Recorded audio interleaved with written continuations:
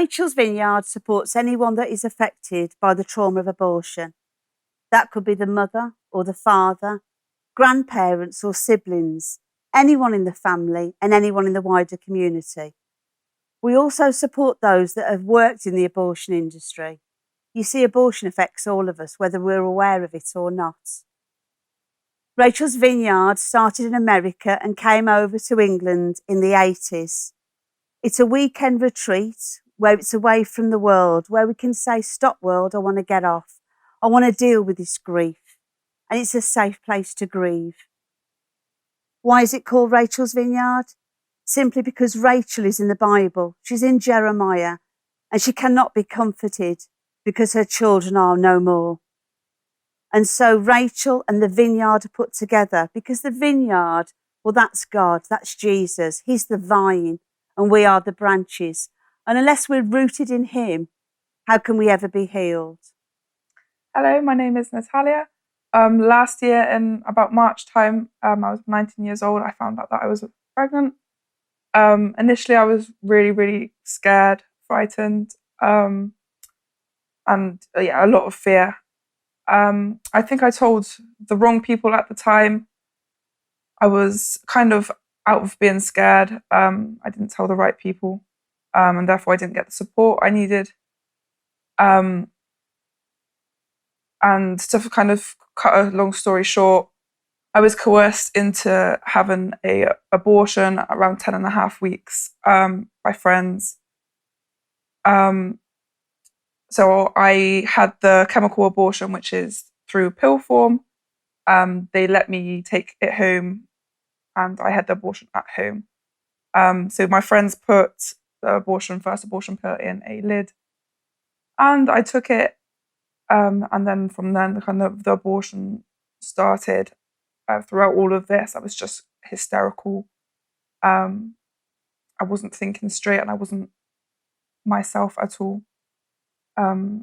So around 5 a.m. that following night, after I took the first one, I had to take a few more tablets as well.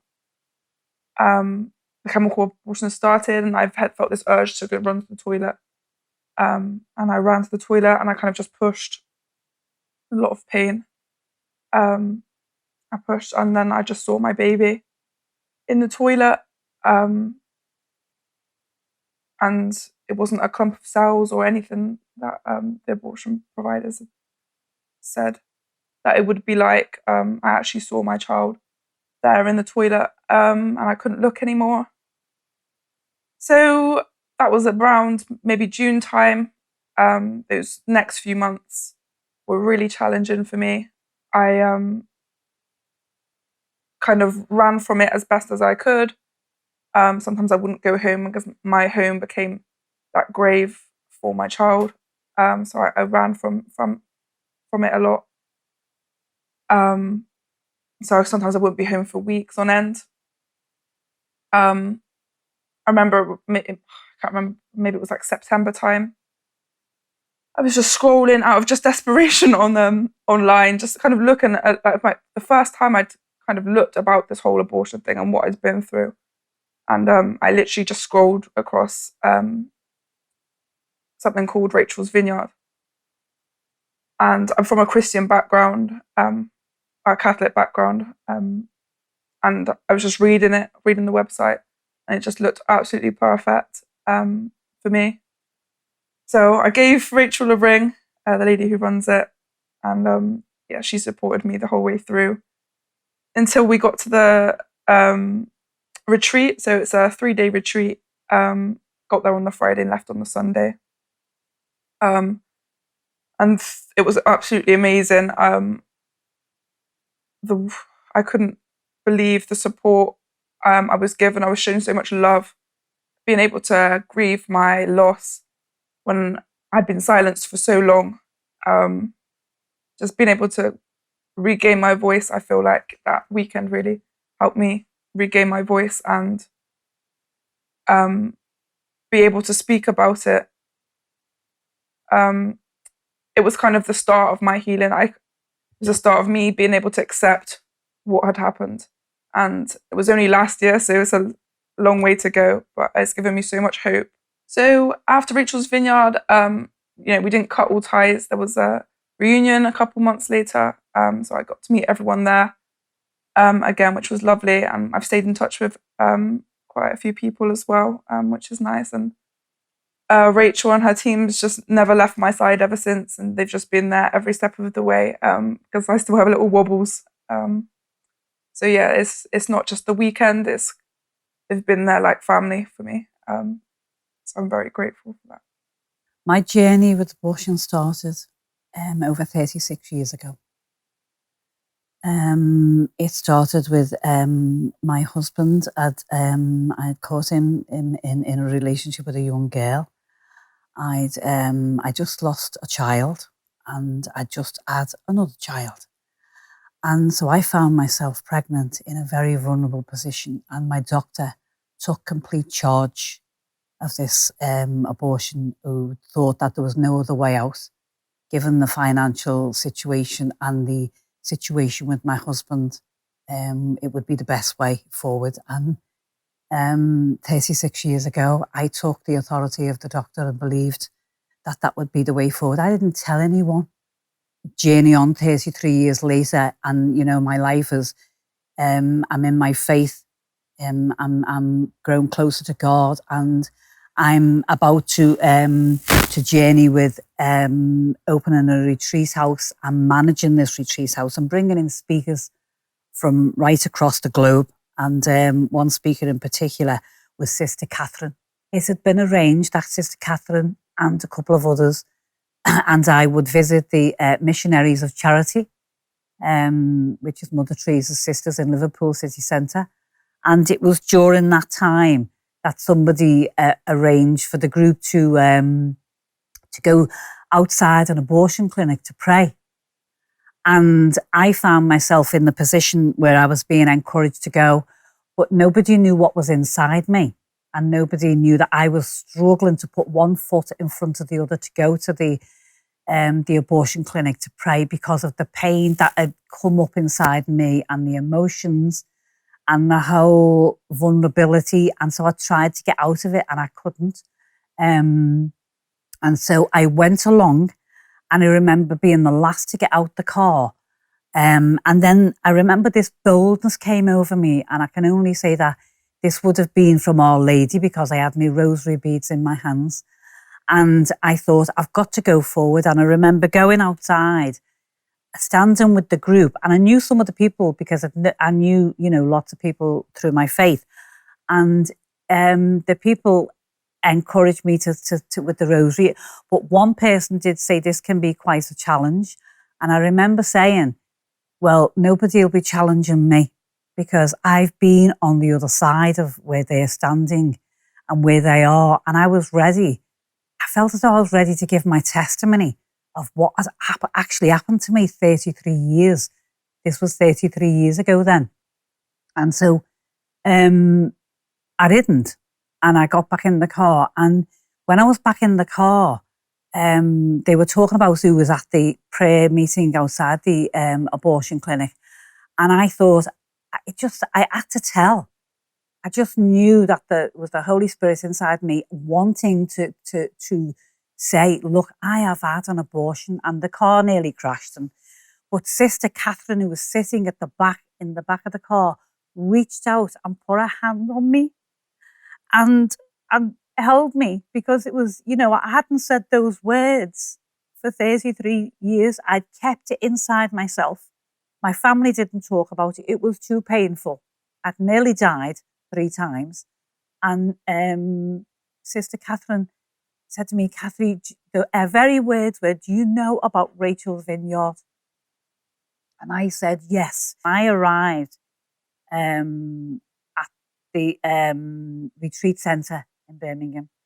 And I can only say it was like walking into the Lord's vineyard, because the most beautiful people accepted me with all my pain and all my emotional baggage and my psychological damage inside that I'd buried deep within.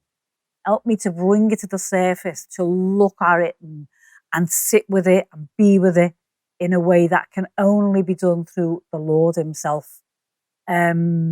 and the scripture-based, and having a priest on hand, but having people on hand who'd been through abortion, who knew the steps that I'd taken for 33 years and knew the pain and were able to hold me in prayer, hold me at times when I cried.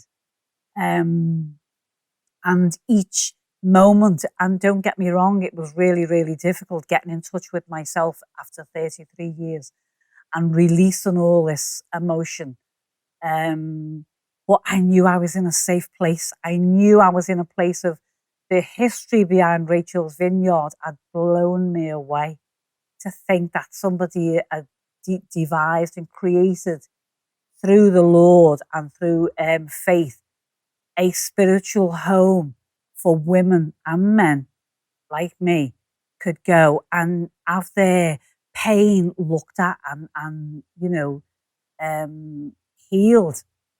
And I know healing goes on forever, but the part of healing that took place during that weekend, I can't put into words because it was heaven-based. And I not only watched myself, I watched others in the group go from where we talked about things from the beginning to, released and restored by the end of the weekend. And to see the leadership in Rachel's Vineyard was absolutely stunning. To see how the group worked together in the team, knowing where to come in, where to come out. It was just absolutely phenomenal. I will never forget that. After Rachel's Vineyard, my life, as you can imagine, changed dramatically because of the emotional baggage was released. And it's 3 years on now, and I look back with glee and think how I've become more public, how I've wanting to give permission to others to speak out about abortion, to realise the detriment and to understand that there's somewhere to go for it. But I have to say that in my heart, what I would love to do, and I believe the Lord has put it on my heart, is to help those at the beginning when they want to make the decision to have an abortion. I want to help in that process. I believe that's what I'm going to be called to. My name is Father Sean, and in various different ways, I've been involved in the pro-life movement now for some years. So I wasn't altogether surprised when Rachel asked me to come along to Rachel's Vineyard. First of all, not so much as a priest, but as a participant, because you have to, in order to go to Rachel's Vineyard as a priest, first of all, take part as a participant and share something of your own vulnerability. And the thing that really struck me when I went to Rachel's Vineyard was the difference between just knowing something and really experiencing it. And in this case, it was the difference between knowing the pain and the trauma that abortion causes and seeing it with my own eyes. It was a really difficult experience in so many ways to be a witness to that and a participant and a sharer in that grief and the pain that the women and the men who are at Rachel's Vineyard have. But it was also an experience of joy in many ways too, because I was also able to see the healing that God was working in their lives. There is a plague, a pandemic sweeping across the world at the moment. And it's not COVID, it's actually shame. Shame is something which, as a priest, I didn't really understand how deeply it affected so many people. Now, shame is often confused with guilt. And guilt really is a good thing. When we do something wrong, it's a good thing that we feel guilty, and it can lead us to repentance and to return to God or to seek forgiveness from our neighbor. But shame is really quite different. It's when we start to feel that hatred towards ourselves, when we start to recognize that we are not lovable, or to think that we're not lovable, that we're not worthy, that God doesn't care about us anymore, that we can't be forgiven, that we're not worthy of being forgiven. One of the things that impressed me most about Rachel's Vineyard is that so many people who were crippled and weighed down with shame were helped to overcome that burden. You might wonder, why on earth does a priest have to go to Rachel's Vineyard at all? given that Rachel's Vineyard is open to anybody, not just to Catholics, but to non-Catholic Christians, to members of other religions, and even from time to time atheists come along to Rachel's Vineyard, as long as they've got an open heart to what we're doing. Well, the first reason is simply that the priest is there to represent the church's voice of mercy, to let the participants know you are loved, you are worthy, you are cherished in the eyes of God. But it's also important that there's a priest there because it means that no matter what, there is a male presence amongst the participants. So often men have been responsible, whether directly or indirectly, for the abortion which a woman has had. And also men have been responsible often for the pain and the trauma and the difficulties that may have been part of that abortion journey.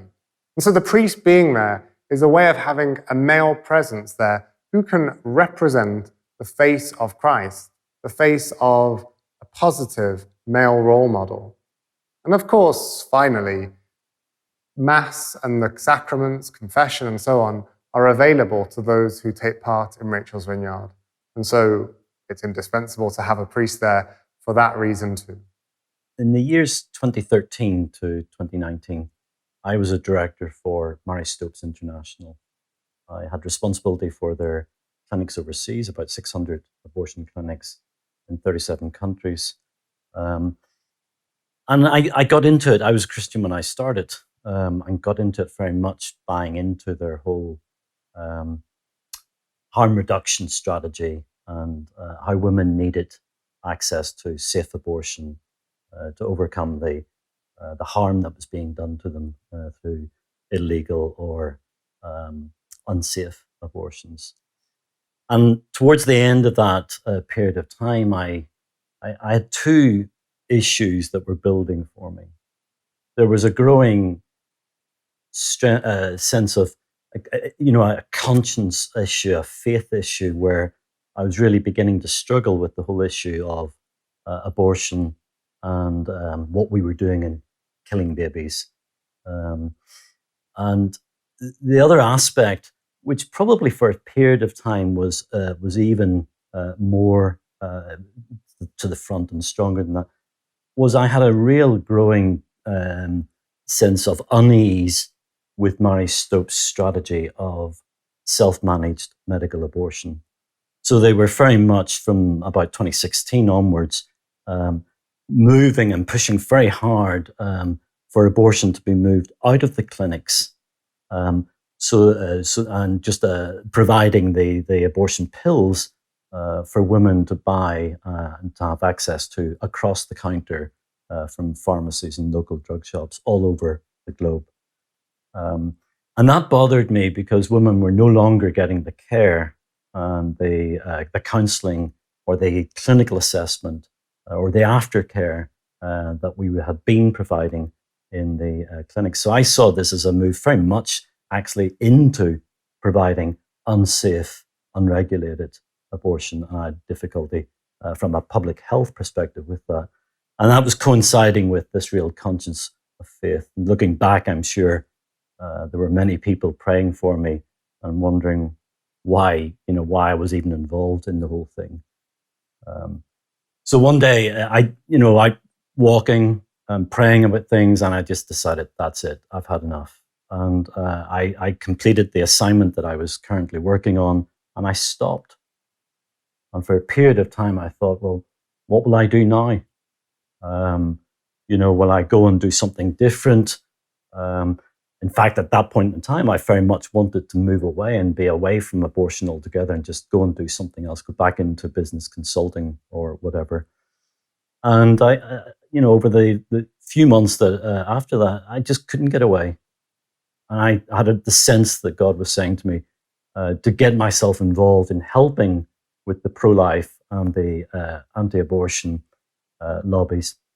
And that coincided with, we were coming close into the COVID period and the whole big push in Great Britain, but overseas as well, for pills by post. And this whole move from the clinical services that they provide here in Britain to just providing pills at home from a telephone call. So this whole back to self-managed medical abortion was coming back. And that was a point of inflection. I mean, that was something I could get involved in and get behind. So for a couple of years, that's what I've been doing. I've been working with a number of pro-life organizations and lobbying groups, campaigning groups, helping to bring out the truth of what goes on behind pills by post, looking at the data, looking at the numbers, looking at the impact, the trauma that's being caused for so many women because of this. And I suppose thinking about Rachel's Vineyard, I was quite comfortable with the fact I suppose I had recognized that abortion was wrong, abortion was sinful, but I had decided not to do it. I wasn't involved anymore. I'd walked away from it. Okay, so I thought that was it, dealt with, and I had no sense of. I really didn't have a sense of regret in that sense, and I didn't have a sense of trouble with God or anything like that. I felt God had, we dealt with this. I was forgiven. It was dealt with. I'd stopped and I'd moved on. And now, look, I was doing these other things, and that was part of where I was at that time. And then I met the people at Rachel's Vineyard, and I was asked a few quite pokey questions about the whole thing, which made me think even further. Leading to a time when I actually went on a retreat not that long ago. And what happened in that, the spiritual journey through that, through Rachel's Vineyard and through what happened at the retreat, what was happening with the questioning and the discussions beforehand and leading into it, was that it wasn't enough for me to just simply say, I've stopped, I've turned my back on it, and I've walked away. But I had to go back to Christmas of 2012 when I was leaving Uganda and coming back to the UK, and I was contemplating taking this job with Mary Stopes. I was a Christian. And I had to ask myself, why did I make that decision? Why would a Christian be involved in the very active promotion, enabling, delivery of abortion services? And I made that decision. It wasn't something that was done to me. It wasn't something that happened just to me. It was a deliberate decision. And being at Rachel's Vineyard helped me recognize that that was my own willful choice and that it was wrong. It was a bad decision. It was a sinful decision. And so it was an opportunity to go back into that, time and say, yes, recognize it for what it was. It was a sinful decision. I made a bad choice, God, and I'm sorry for it. And just putting a name to it and recognizing it. And I found that really empowering. I found that really helpful. It was really helpful just to recognize that actually it was my own choice and it was a sinful choice. God's dealt with it. It's forgiven.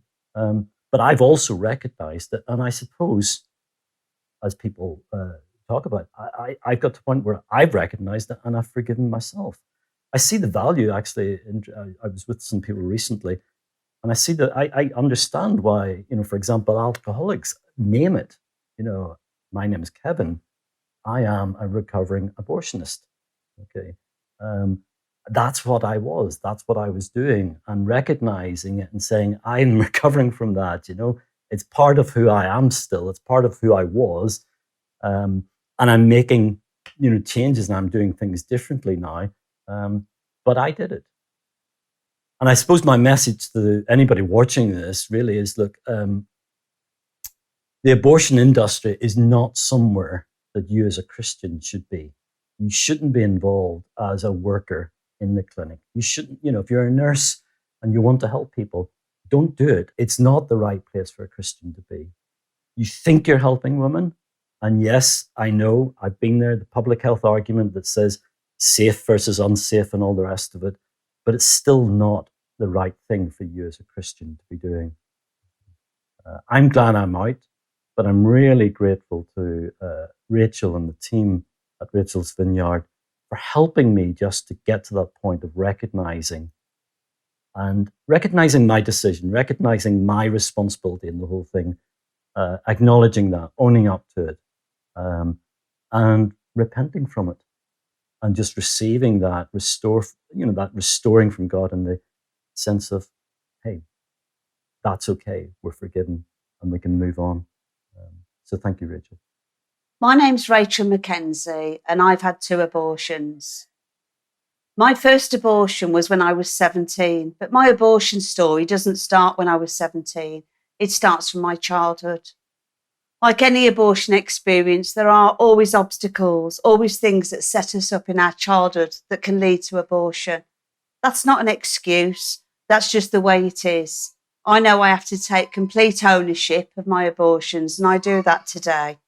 In my childhood, I was brought up with very little love, in fact, no love. And so I went to look for love in all the wrong places. I went with all the wrong men and did all the wrong things. And God was very far from my life. That's how it felt anyway. When I became pregnant for the first time at about the age of 17, I was still at school. And I just wanted to be unpregnant. I just wanted the problem to go away. But it wasn't going away. And I purposely used the word unpregnant because even though I looked 17, trying to look like I was 21, my emotional state was stunted and I was a lot younger in my emotional being. And so the pregnancy wouldn't go away. So I found myself at an abortion centre. I just wanted the problem to go away. And I found myself at a centre looking for help, looking for a choice. And yet the only choice I was offered was abortion. I had my first abortion actually on a maternity ward of a hospital. And how did I feel after the abortion? Relief. I was relieved, you see, because I didn't want to be a mum. And I thought abortion would end that problem. And so I swallowed down my grief. I swallowed down listening to Satan telling me that I was going to hell. In a matter of years, because my choices and my behaviour wasn't changing, and if nothing changes, nothing changes, I found myself pregnant for the second time. And again, I was at school. But this time I was a teacher. This time I was teaching children about Jesus, and I hadn't got a clue who Jesus was. But my second abortion was going to be different. Because my second abortion, I was awake. Abby Johnston, who worked in an abortion industry in America, says that an abortion has a smell, and it does have a smell. And I know what it sounds like, and I know what abortion feels like. And sadly today, I know what abortion looks like. You see, the abortionist didn't leave the room after the abortion. And while I lay there with my legs in stirrups, just trying to disappear into another world because I was so traumatised, I looked to the left and I watched the abortionist count the body parts of my second child. My child that I had killed through abortion. My child that I wouldn't even recognise as a child for many, many years. As I just went and I went so deep into grief. I was in denial for decades. Some people know immediately what they've done, but not me. I was going to try and swallow down my grief and my anger and my pain and my shame through drink and drugs and being promiscuous and jumping from one bed to another, trying to fix my feelings. I became bulimic.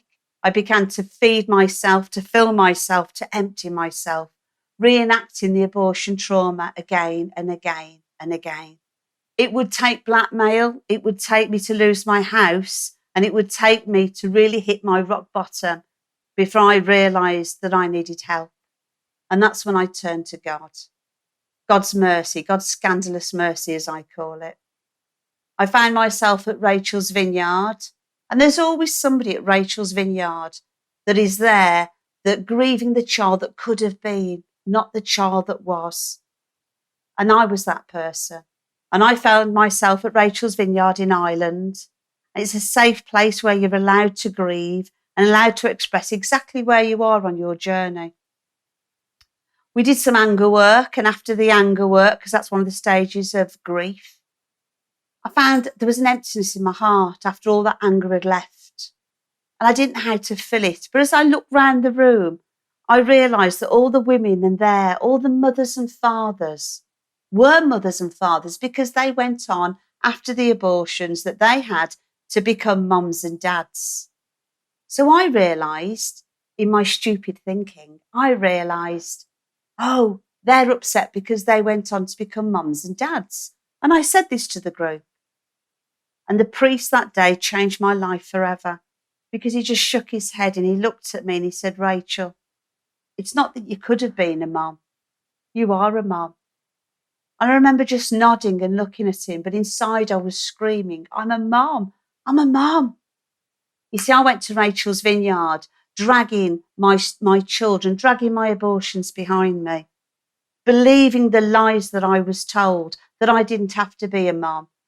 You see, I thought abortion solved the problem of being a mum, but it just meant that I was a mum today. I'm a mum today of 2 dead children, 2 children who are now resurrected through the blood of Jesus and are in heaven. And I can proudly sit here today saying I am healed.